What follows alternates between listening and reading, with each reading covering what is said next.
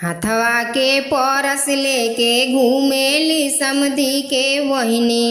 हथवा के परस लेके घूमेली समधी के दीदी। हथवा के परस लेके घूमेली सरवा के दीदी। अब के कारा महलिया डेरा डाली, हाय सिया राम से भजो। अब के कारा महलिया डेरा डाली, हाय सिया राम से भजो। अपना महलिया से निकलेलन कवन रसिया। अपना महलिया से निकलेलन कवन रसिया। अब हमारा महलिया डेरा डाल, हाय सिया राम से भजो। अब हमारा महलिया डेरा डाल, हाय सिया राम से भजो। खाए के देबो गोरी सेवया नार हो। खाए के देबो गोरी छेना मिठाई हो। अब अपने से जरिया सुतइबो, हाय सिया राम से भजो। अब अपने से जरिया सुतइबो, हाय सिया राम से भजो।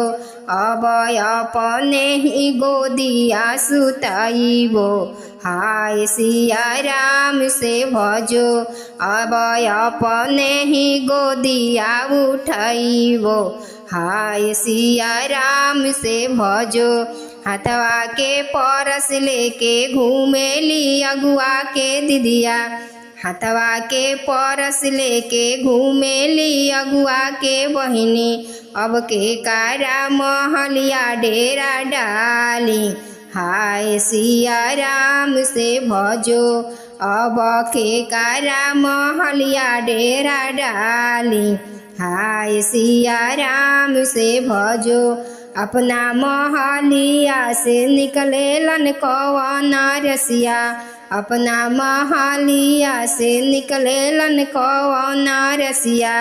अब हमारा महलिया डेरा डाल, हाय सिया राम से भजो। अब हमारा महलिया डेरा डाल, हाय सिया राम से भजो।